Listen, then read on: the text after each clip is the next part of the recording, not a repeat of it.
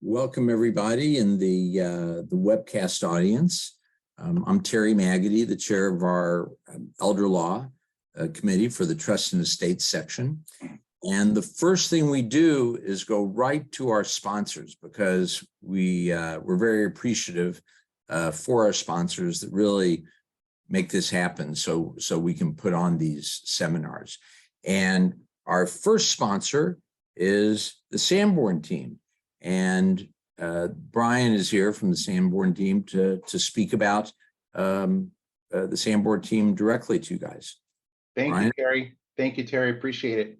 In keeping with today's theme, I wanted you to know that the Sanborn team has represented many special needs trusts in the purchase of real property.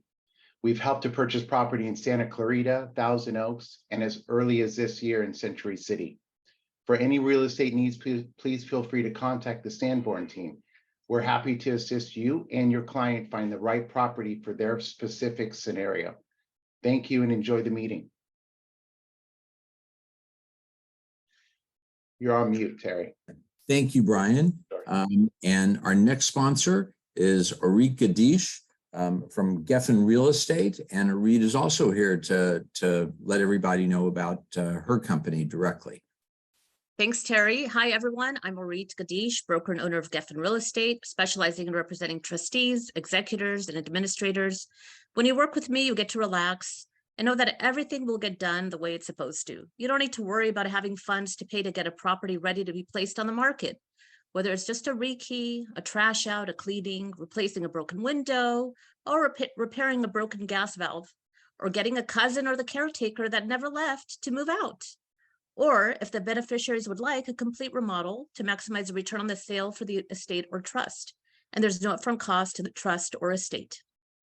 We do whatever is right to get the highest return on a real estate sale for your clients and to make your life easy. So don't worry, be happy. I'm here for you with any of your real estate needs. Also, if you'd like to connect with me on Zoom or get together for coffee or lunch, please reach out to me. My contact info is in the chat box. Enjoy your program, and back to you, Terry. Thank you, Orit. And our next sponsor is not here in person, but their little logo is going to show up on the screen in a second. I want to thank Glen Oaks Escrow and Marcine Klein, our sponsor, and they're an escrow company that specializes in the areas we deal with: conservatorships, probates, trusts, escrows that are dealing with like older people, and all the specialized work we do in our field. So thank you, Marcine, and thank you, Glen Oaks Escrow.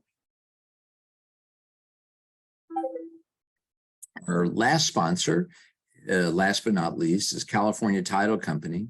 And as with our other sponsors, this is a title company that specializes in our field, trust and probate, conservatorships. So we thank you very much for being our sponsor, and now we'll go on to our program. And I'd like to introduce our speakers, who are they'll take the floor, the three of them, and share together with you the presentation today. And we're fortunate because not only do we have a legal and kind of, I guess you would say, the business practical aspects of our topic, because we have Tom on the legal side and Bruce and Carol on the business practical side. Not that attorneys aren't practical, but on the more the administration side of our topic, which is the ins and outs of pooled special needs trusts. And Bruce and Carol are from a great outfit, Proxy Parent Foundation, and you're going to hear more about their organization when they speak in the program. And Tom and I have known each other. We were reviewing this before we started the talk today. It's probably been 30 years. I think it's been over 30 years. We've known and worked with each other. So that's a long time. Tom is just a top-notch practitioner who really specializes in the area. He really knows his stuff. And I feel very fortunate to have him here to speak with everybody. And so with that, I'm going to turn the program over to our three speakers. And I'm going to pop off the screen, and I'll pop on later when it's time for questions and answers during the last part of the presentation. Bruce, Carol, Tom, the floor is yours. Bruce, you want to do just a brief overview of what plan is? Sure. So Proxy Parent Foundation, we were established way back in 1993 by parents who were very much asking the question, who will care when you're not there? They were very interested in personal support or proxy parent services for their family members, along with trust administration services. Then in 2006, we expanded and opened up to all disability groups after Tom helped us author the Plan of California Master Pool Trust. So again, we offer trust administration services. We serve as trustee. And also something that makes us very unique would be personal support services, in which we assign people who are very experienced in the field of mental illness to work with individual beneficiaries to really step into the parent's role, the family member's role. It's not a clinical position, but they can do just about everything that a parent can do. And we very much want to work with the public system, work with case managers, conservators, all to enhance the quality of our beneficiaries' lives as much as possible. Money can't cure everything, but it sure can make beneficiaries' life comfortable. And that's our, when we operate or when we make disbursements, we're always thinking about the beneficiaries' best interest. I don't want to take too much time talking about that now, but I thought it'd be a good time for Tom to talk about pool trusts in general. And I will certainly be looking for opportunities for Carol and I to jump in and add the proxy parent slant on things. And also at the end, I hopefully will have questions. But if not, I can certainly would like to go over an FAQ sheet that we have, which might answer some questions and provoke others, which you're welcome to follow up with Carolyn and I about any questions you might have. Thank you. Tom? Okay, so I put the handout together this morning because I was just thinking that it would probably be a short presentation. But in any case, first of all, I want to talk just about special needs trust in general. My guess would be that many people who are on this call have been involved in a special needs trust or individual one that person goes to an attorney and they prepare a special needs trust and it gets funded. And what I'm going to do is contrast a regular, what most people think of when they think of a special needs trust with a pooled special needs trust. So at the top here, I'm going to reference this because so I don't have to say everything. So the legal landscape, I've been doing this for over 30 years, and I got involved with trusts before 1993, which is when California, well, really when the Congress amended or did a new Omnibus Reconciliation Act, and which is it's basically the law of Medicaid, and that's when they included the provisions about special needs trusts. So even though they don't use the word special needs trust, so the Medicaid, the laws that we have to deal with are numerous and they conflict. And not only do they conflict between, say, SSI and Medi-Cal and Section 8 and things like that, but there are even conflicting rules amongst themselves, and there's conflicting rules between federal law and state law. So it makes it a lot of fun to figure out. So, so as I say here, there's no real, I haven't seen a case that succinctly defines special needs trusts. And in fact, there's one case from the East Coast where the judge made a distinction that I don't actually think exists between a supplemental needs trust and a special needs trust. But there, oddly enough, there is no real supplemental needs trust. It's just a name that people use. And in addition, in virtually every special needs trust that I've read or reviewed, there's been there's a clause in there that says that the trustee is to supplement but not supplant. There is absolutely no requirement in the law anywhere that says that that's the case. There's no requirement that the trust be supplementary. New York, for many, many years, and it could be now still, New York had a requirement that if there was going to be an expenditure, and I think it was over $5,000, then they had to give notice to their Medicaid agency. So, and then the last little paragraph in this introduction is the third-party trust. So the trusts that we're talking about are called first-party special needs trusts, meaning that the first party, the beneficiary, is also the grantor, because it's the beneficiary's money that goes into the trust. But parents will many times establish a trust with their own money for their child with a disability, and they call that a third-party special needs trust. And I understand that, but in reality, there is no such thing, because federal law defines what a special needs trust is, and it is always a trust that's funded with the assets of the beneficiary. And I say that really because it will make things simpler, I think, because I get calls all the time from people saying, you know, we're doing this trust and it's funded with our money and there's no payback clause, which is the main distinction.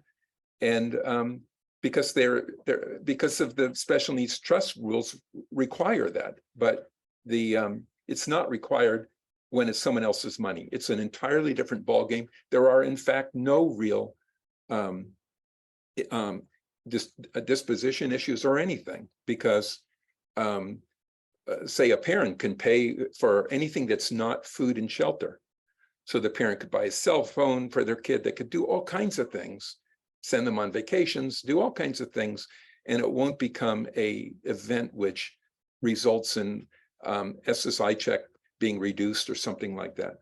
So I give you the D4A has become the moniker of a special needs trust for an individual that which is basically a standalone trust.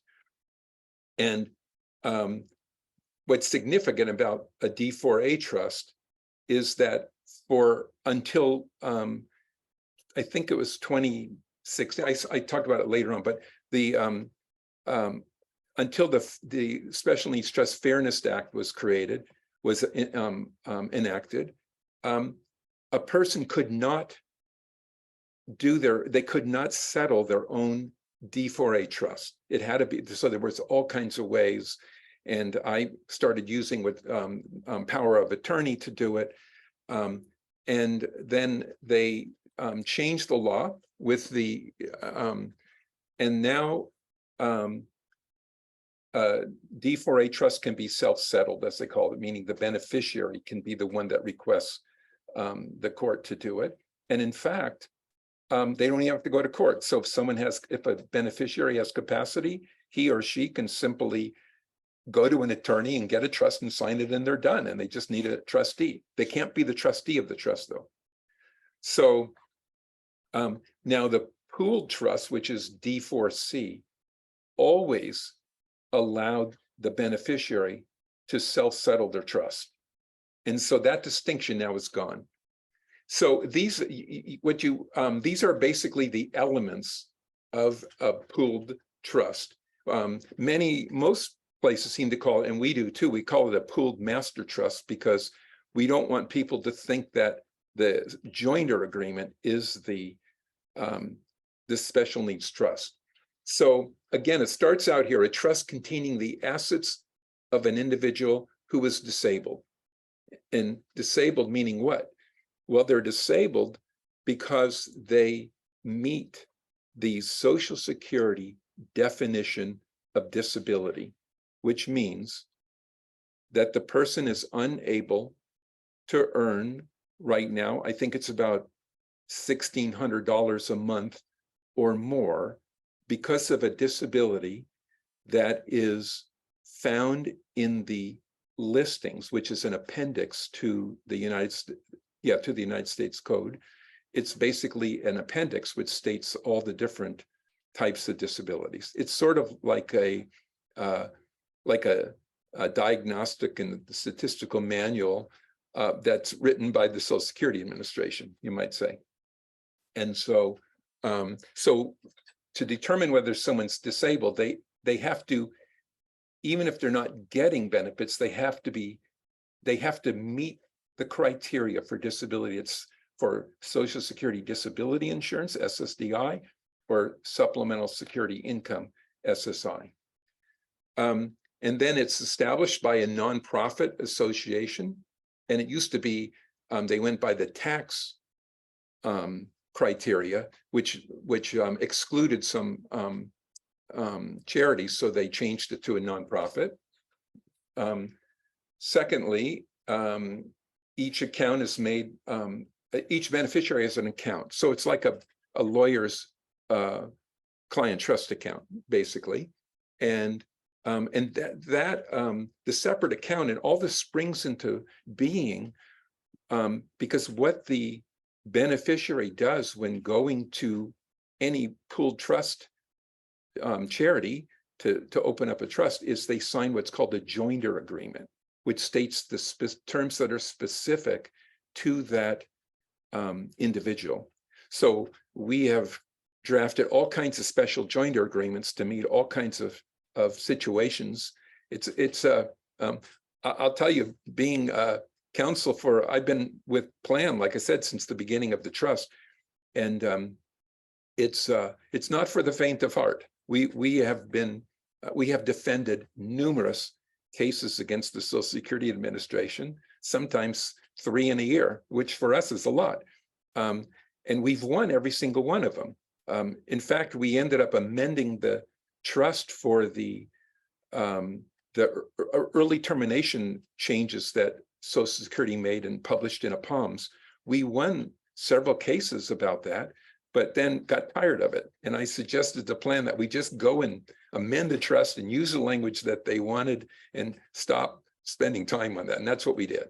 So, and then the trusts are established solely for the benefit of the individuals. This is a very big area of litigation. It's called the sole benefit rule, and it comes up in all kinds of places. Like when we have real estate agents on here, and that's great. So if the trust buys a house, and literally every trust that's funded with a personal injury funds, usually it's a malpractice case for an infant or a newborn. In every case, because there's millions of dollars involved, they buy a house, and with good reason, because of all the equipment and everything, because we're talking catastrophic injuries usually. And so there's a question about, so if the family were to live in there and not pay rent and not provide any services, that could, and I say could because, again, if you have any question about why I'm saying good, it's in the first paragraph. Though there's all kinds of ins and outs in the law, but typically that would violate the sole benefit rule. So there's and then finally the paragraph 4 here, that is the payback clause, it's called, and what that means is that on the death, under federal law, only on the death of the beneficiary, then the Medicaid state agency, which in our case is the Department of Healthcare Services, they tender a claim, and what they're entitled to are all the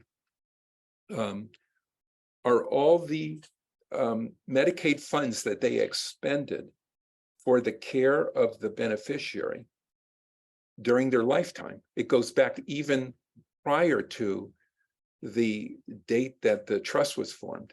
And in fact, people now are learning a lot more about it, but back in the early 2000s and all, that was the number one case that I handled for attorneys who did a trust. Was they would have the payback clause would say from the date of the execution of the trust, or the date of the funding of the trust, which is close but no cigar. So we would have to go in and amend the trust and whatnot. And this is before decanting. Now it could be cured by decanting the trust, which California enacted in 2019. So so all of these things here, as you can imagine, with almost anything in law, right? There's all kinds of questions and litigation and opinions, and I just add my opinion to all the opinions that are out there. So I'm gonna go through these things. I picked out some things that are kind of the what I want to do is contrast a regular special needs trust with a pooled trust, because my guess would be that many people would have some familiarity with a regular independent, a self-standing, I call it, special needs trust. And so now the age limit is something that there was a lot of disagreement about it. And so the age limit and nursing home issues are still big issues. And because the law is changing, because nursing home care is a major expenditure of Medicaid funds. I just, the other day, I think I saw a news thing that I think the lion's share of nursing homes are funded by Medicaid in this country. So, an individual trust, a D4A trust, has to be funded prior to the beneficiary's 65th birthday. But when the money earns interest in things, interest income and all, that doesn't disqualify. But the person cannot add money on the day of turning 65 or after to the trust. So at that point, that is the main distinction now between independent D4A trusts and a pooled trust, is the age limit. So, but augmentation is is not allowed. So what happens is, so there's a letter attached here that I wrote when we were first getting people who were in nursing homes who were interested in joining the plan trust. And so I think we had about a year of negotiations back and forth, and I think it was like 2009, maybe 2008, 2009, 2010. So that letter, that is the last of a series of letters. And in fact, Cheryl Shannon Reyes, she who was the main kind of mocker in the in Department of Healthcare Services, she left me a voicemail actually explaining, answering the letter, and she agreed with the letter basically. If anyone's interested, you can send me an email and I'll send you the voice. I think the voicemail's small enough, but it's pretty interesting. But she says in there that they never had a policy against people over 65 joining a pooled trust, but we were hearing that from field offices. So we needed to clarify that. And I'll tell you, of all the issues that we've dealt with in special needs trust, and they are numerous. The one that troubled me the most, the one I lost sleep over, was that very first nursing home trust that we did, because everyone was saying you can't do it. And I just felt you could. So I lost a lot of sleep over that, but we've been doing it ever since, and without a hitch. So one thing I'll say about the letter and then the article I wrote for the Consumers Attorneys Association, I think they changed their name now, but is that it's dated. I think it's largely correct. I wanted to share it because if you're involved in this situation, it would be good to understand at least where it was then, and it would be a smaller climb to see if there's any changes. I didn't have time. Like I said, I did all this morning. So the age limit then, there's an age limit for D4A trust, but not for pool trust. Number two, the sole benefit rule. I already talked about that.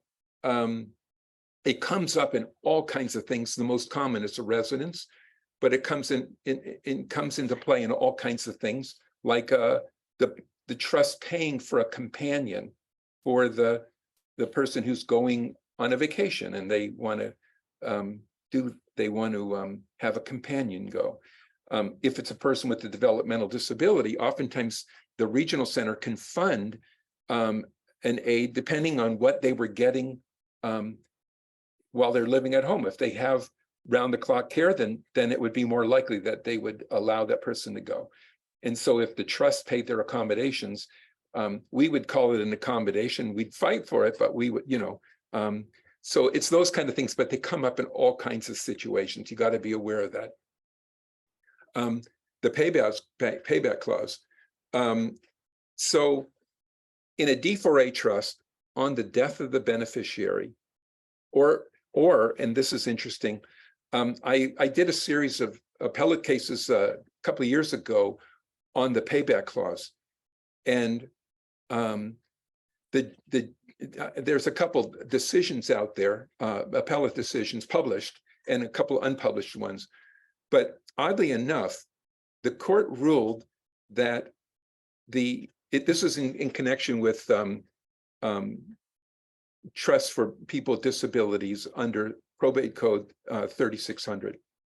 And the court ruled in those cases that, well, they had to pay the payback clause. I was arguing that it was an exception for a lot of reasons, and I still think they're good reasons. But anyway, what happened was Department of Healthcare Services also, they exercise their payback right, that they call it, even when there's an early termination. But that concept is completely foreign to the federal legislation. It's not in there. There is no right under federal law. So the judges then basically said that because what we wanted to do conflicted with federal law, we couldn't do it.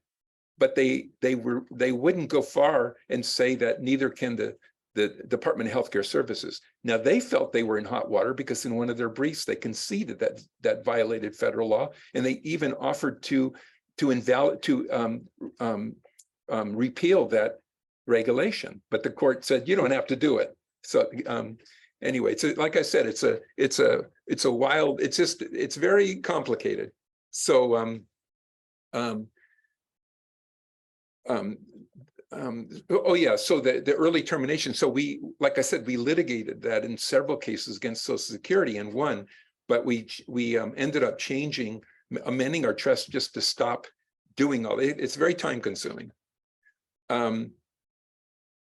So the other thing is court established trust. Now I think that this number 4 has less need nowadays because the rule. I'm sorry. Let me go back again to the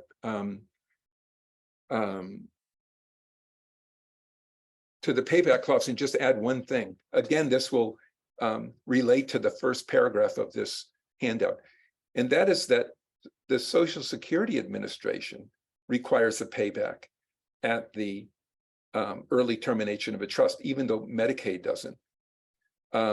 although now they do. Like I said, they enacted a regulation now that, or well, a long time ago, but to do it. So, and this is what happens all the time. There are all kinds of rules that the Social Security Administration requires, and they aren't required in Medicaid law. Another example of that is that the Social Security Administration and Medicaid differ. So on the death or early termination of a trust, Social Security allows certain things, but they don't allow paying for a funeral and things like that from the trust funds. But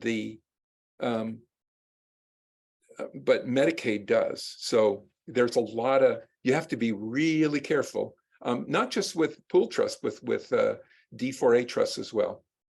So there was a whole line of cases about the authorize versus require. And so the first case I did, which was back in the 90s, in the early 90s, in Van Nuys, I was the attorney at North LA Regional Center, and we did a trust. And I asked the judge, who was Manly Califf, I asked him to require, I said, because the minute order said that the trust is approved, and I said, we can't have that. We got to have it, we have to have it actually required. And the reasoning is, and I give you a cite here in federal law, the reason is that the third party who's actually going to be the trustee, who is the one who's signing the trust, has to have the legal authority to sign the trust. So the Social Security Administration, most of our problems are actually with the Social Security Administration. They said that if the court merely authorizes you to, then that's not enough legal authority. And so for all the reasons that Draper said, then we're going to find the trust invalid. Now, what the narrow issue in Draper is another issue. And that was that Draper had the trust drafted by their attorney. Their attorney had them sign the trust. So the trust is ready to go. I think they might have even funded. No, they didn't fund it though. And so they went to court with the signed trust attached to it. The court approved it. And then the Social Security said, nope, it's not valid because you executed the trust before you had the authority to execute it. So then they argued, well, the trust, we didn't do everything. The trust was a dry trust, but they wouldn't have it. So, so now, like I said, for a D4A trust, beneficiaries can,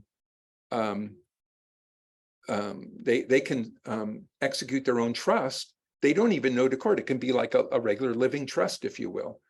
But if it's going to be a court trust, I would definitely, like in a conservatorship or something, or in a personal injury action or whatever. I did a lot of trust in, I think it was Department 92 or something like that, which is the Med-Mal civil court in the LA Superior Court. But I would, no matter what you read, I would make it so that the court is directing or ordering the trustee to sign and to execute the trust, and I would do it after the order, just to avoid a fight. Nowadays, I'm getting tired, and I do a lot of things just to avoid a fight. I used to like a fight, now I don't. So, and I just point out here just a couple things. So SSI and Medi-Cal, differences between regular community Medi-Cal, and the best example of that is the categorically linked Medi-Cal that someone gets when they're on SSI, and Medi-Cal and HUD. So HUD is, Section 8 has changed some now, and they've created different entities, but there used to be multi-party housing and public and Indian housing. And Section 8, I can't remember which one now, but I litigated a case in federal court on that issue because so many people were saying that if you put money in a special needs trust, it was exempt. And that was because the it was a multi-party housing that, which means like apartments and things like that, that had that rule. So the manual that was floating around the internet was not the right one, because that law didn't exist in public and Indian housing. It only existed in multi-party housing. So you got to really do your homework. And here's my concern. And I'll leave it up to you, but I'll tell you my concern only. I think as I get older, I get more conservative on this stuff. If somebody came in to me and said, I want to do a trust and I'd like to do and I tell them, well, I think we need to do a pooled trust for whatever reason that we've discussed. And I refer them to the pooled trust and I'm involved in it. I would not want to rely simply on what the trust people say. And we've seen that because there was one trust that was out of Florida, even though they called it the California Trust, that had numerous problems. And I wonder, I'm just saying, I wonder whether if I'm an attorney and I'm working with them, if I have an independent duty to verify what's going on. And because of my huge worry with nursing home care, because if you get someone locked out of the Medicaid funding and they're in a nursing home, that's going to be a huge problem. And so I included those materials, not saying that it's up to date. I think it's probably pretty close, but to give you a good start and maybe to dissuade you, if you don't do this stuff, from deciding to get involved in, to refer to someone like Terry. So that's my take on it. And I'll turn it over to Bruce.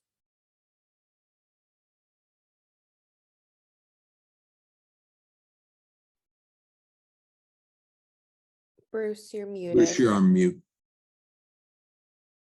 Got that. Thank you, Tom, very much. While Tom's presentation is still fresh in everybody's mind, I think this would be a good time to open it up to questions for Tom. Well, I'll be there. There's only one question right now that I see that is, I think it's probably in reading it, it's more the type of question, because it ends in, how do we make sure that our son's provided for when we die?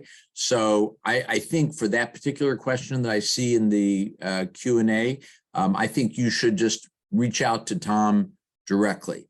No, I would reach that. I Yeah. would reach out to Terry. I retired in 2020. I'm still working, but on a part-time basis. Okay, reach out to anyone here directly, I think, because it's a more general question at the end. But with that, and that's a long one. That's a long yeah, one. that's a long one. So Bruce, maybe if you'd like, you can go through your common Q&As too, unless someone else has another specific question that pops up. Sure.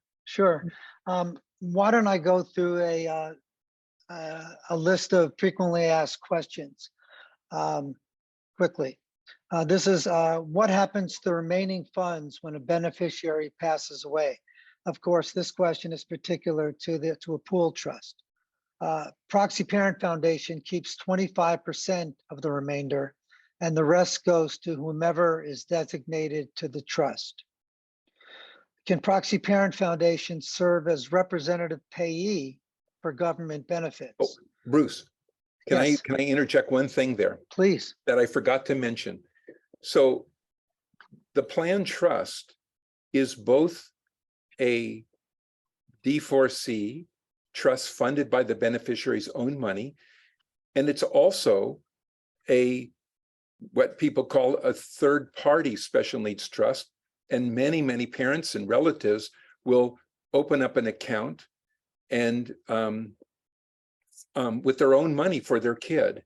And so in that case, we have two different trusts, one that's a third party, one's a first party. And so the third party, there still is a retained amount that the trust keeps, but it's not a D4A trust. So I just want to point that out. And so in our payback clause part of the trust, we have them, they go side by side. So if it's a D4C type trust, we go through all that, giving notice to Medi-Cal and everything. And if it's a third-party trust, then we have a side-by-side. No, Tom, thanks for clarifying that. The payback clause is really only relevant to our first party trust or the self-settled trusts.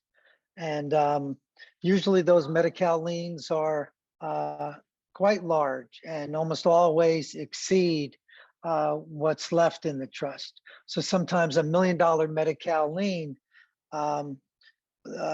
Department of Healthcare Services will be satisfied with perhaps it's $20,000.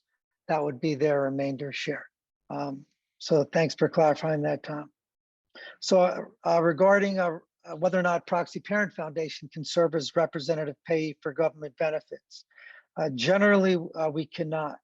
But if a beneficiary has a personal support specialist, the personal support specialist can serve as a representative payee after they've developed a rapport and a relationship with the beneficiary.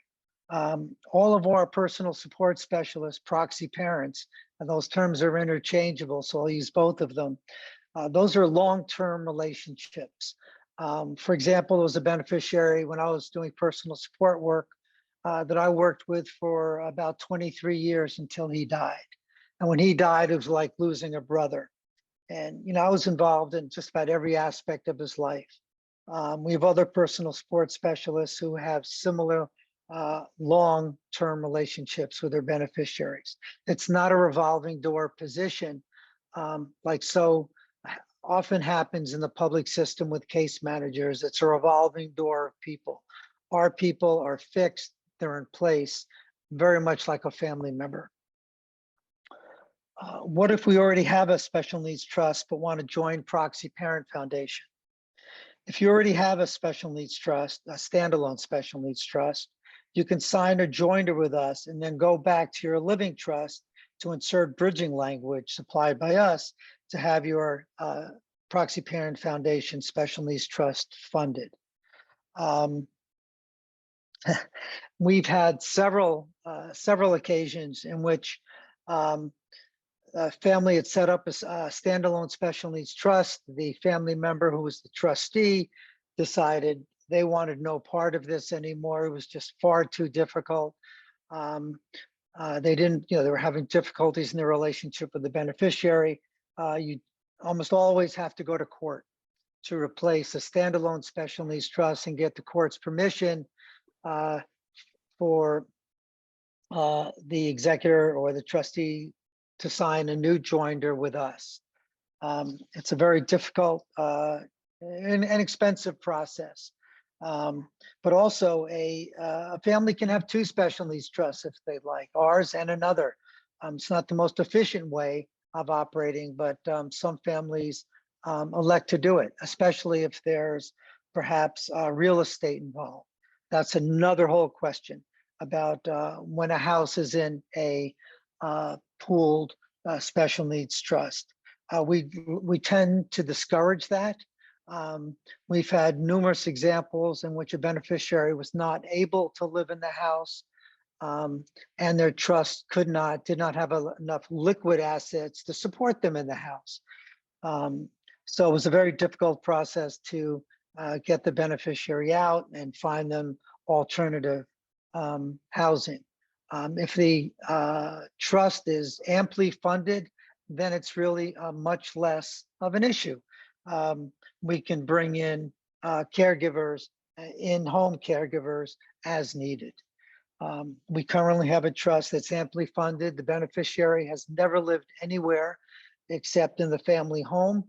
But we really had to come to an agreement with the beneficiary that he wouldn't stay locked up in his room, that he had to come out and engage with a personal support specialist when they visited, and also with a housekeeper that comes in and another caregiver who comes in, because we need that level of oversight on someone who's in the home, especially if they have a serious chronic mental illness and might tend to isolate in the home.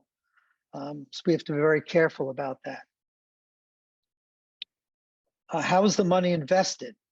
The money is invested very conservatively. It is not invested for growth, but rather for preservation to ensure it lasts as long as possible. Above all, we are limiting risk. Anticipating that question, or knowing that it was there, I asked our investment manager for an update on our portfolio performance for this year.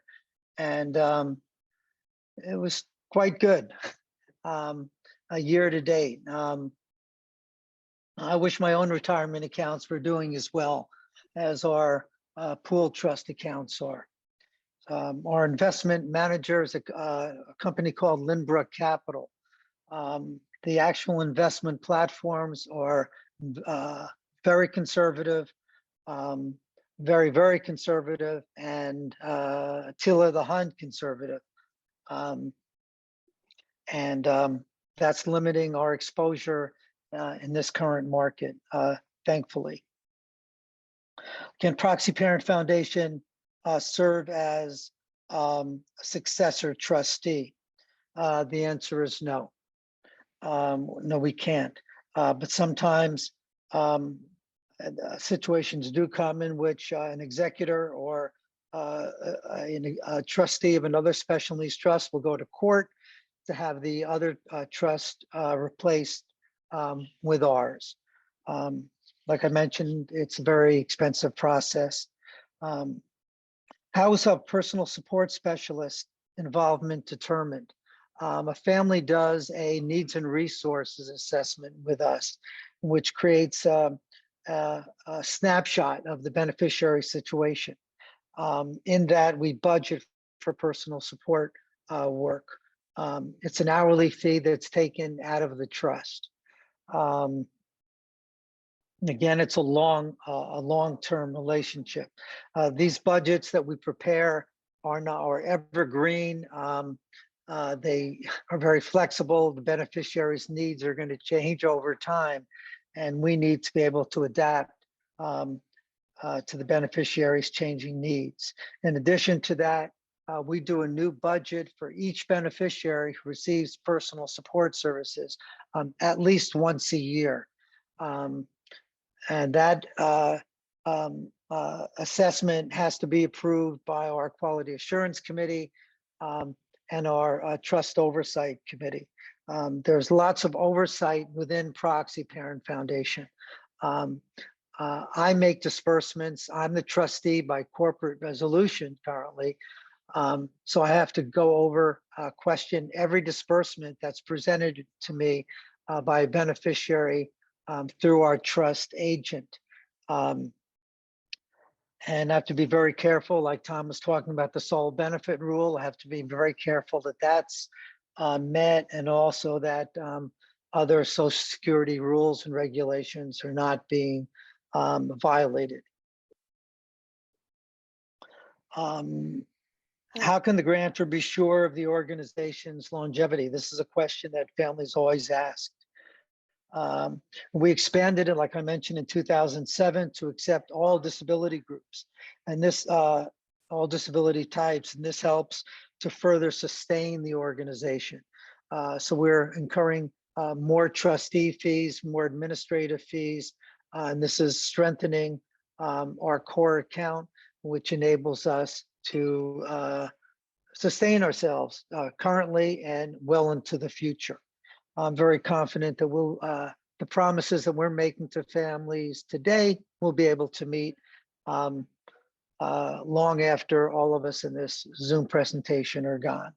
Bruce, there are some questions Yes. in the Q&A. Sure.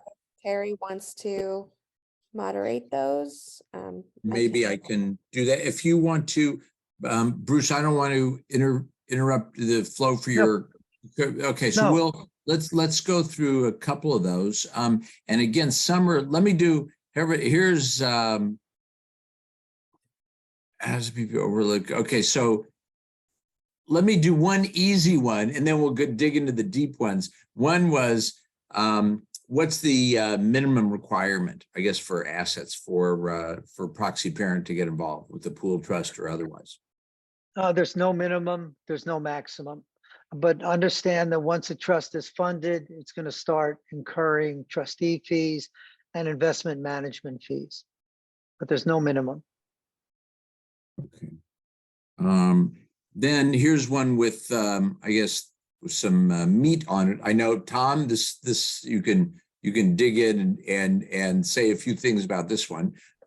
If a pooled trust, if a person is over 65 and he, she established a first party non-pooled SNT over the age 65, is the SNT invalid and can it be saved? That's someone you could sink your teeth into that one, Tom. The trust is invalid, absolutely. It's invalid, just as of the day it was executed. And what that means is if the person was getting SSI, they are ineligible for SSI, and Social Security will come and issue an overpayment for all the time. And you know, the ones I get involved with are well over $100,000 because they go on, there's no statute of limitations. And, you know, we get 15 years of the trust, like 15 years old, or the trusts that were established before 1993. The other thing is now, though, you can decant, and the decanting rules are very friendly to special needs trusts. So that was added in January of 2019. The California enacted our version of the Uniform Trust Decanting Act. Okay, and here I'll leave here's a more, I think this is, we could go with, you know, combination, Bruce, Tom, Carol. How does the PSS, I guess that's you guys, the Proxy Parent Foundation, overlap with a conservator when there's a conservatorship in place? I'll let either of you or both of you just, you know, address that. I know there could be a broader answer or a narrow answer. We'll keep it narrow. Yeah, we'll keep it narrow. Whichever, Bruce and Tom. Sure. And Carol. Sure. No, it's a simple answer. We work very closely with conservators. If the beneficiary is conserved through the public guardian's office, we work with the deputy public guardians.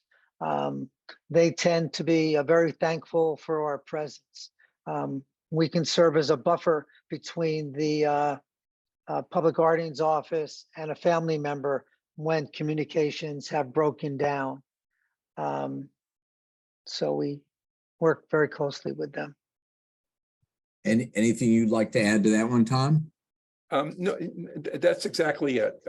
You know, that's exactly it. And I mean, we have had issues where a conservator of the estate wants to have money diverted to the conservatorship, which just eviscerates the whole purpose of a special needs trust, because it takes unavailable money that doesn't count against the beneficiary and makes it available. And if it's over $2,000, they lose their SSI. Okay, here's one that would be, you know, to go into it in depth would take certainly another program. But I think someone could probably, Tom, maybe I'll leave this to you to say a simple version for the question, which is, what is decanting? So decanting is like, it comes from wine, right? So you buy a bottle of wine and it's got stuff on the bottom, and you pour it very carefully into usually a nice crystal container, and so that's what it is. You make a new trust. So I got involved this because back in 2015, I think Illinois passed a law, and I was doing a lot of trust drafting for other law firms on the East Coast and in the Midwest. And so so what you do is you back then, or at least under Illinois law, I think it was, and some other states, you had to actually have a new trust. And so you take the original trust, you figure out what you don't want or you want to change, you draw a contract essentially between the trustees, even if it's the same one, that this is what we're going to change, and that it doesn't violate the Decanting Act. And then you draft a new trust, and then you pour the money into it. It's the money that actually gets decanted. California, and it may be now in the new uniform, the amended Uniform Decanting Act, it may be that everywhere you can do it, but in California, you can actually just simply amend the trust and call it a decanting. You don't even need to do a whole different thing. So that's decanting. The other one, you're going to disabled person on SSDI. But that was SSDI is not needs test, Yeah. no problem at all. But every person who gets SSDI is a potential SSI or Medicaid recipient. They got SSDI and they go into a nursing home, they're on Medicaid if they don't have other money to pay for it.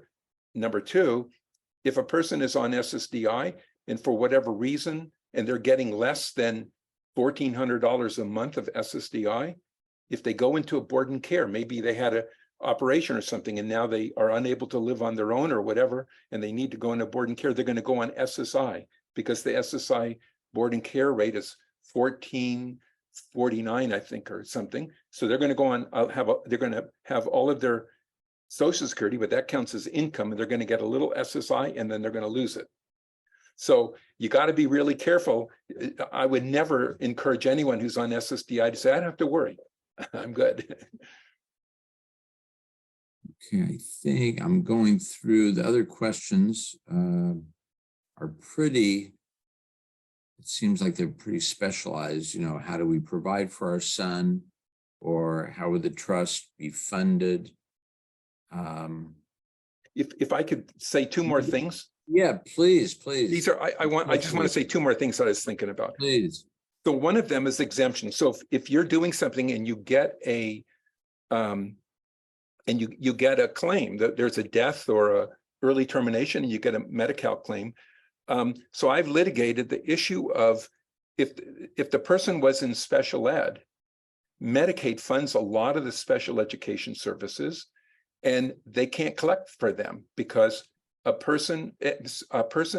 any person in the state of California who's in special ed is entitled to a free, appropriate public education. And they can't, if they were, my argument, and I got some, leverage with the courts.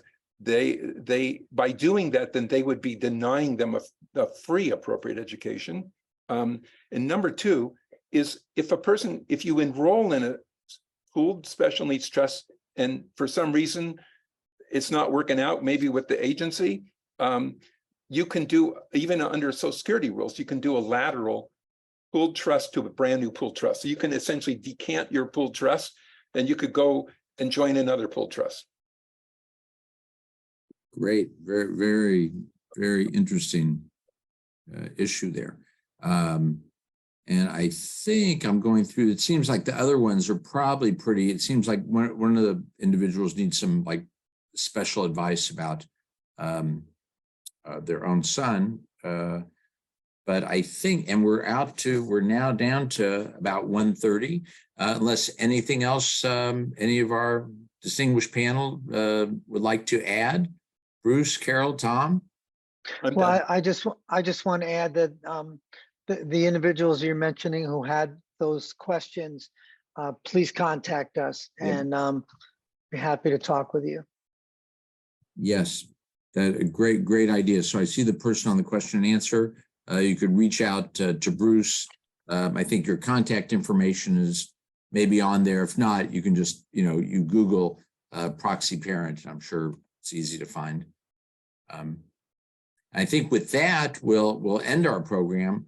Boy, am I very appreciative to our speakers. First, thank you. Bruce and Carol, all the good work you do on behalf of people. It's wonderful. It's wonderful. I mean, it's music to a parent's ears to hear some words that somebody's going to be a proxy parent when they're gone or not able to be a parent. I mean, it's very, it's very moving, and it's very appreciative. And Tom, thank you for all your expertise and litigating all these important issues. Very, very interesting for those of us in the profession, what you do. And boy, you have tremendous expertise in this field. So it was great to have you here for an hour. Thank you, everyone in the audience, for attending. Thank you to our sponsors again, and we'll plan to see everybody at the next program. Okay, thank you. Bye for Thank now. you. Bye-bye.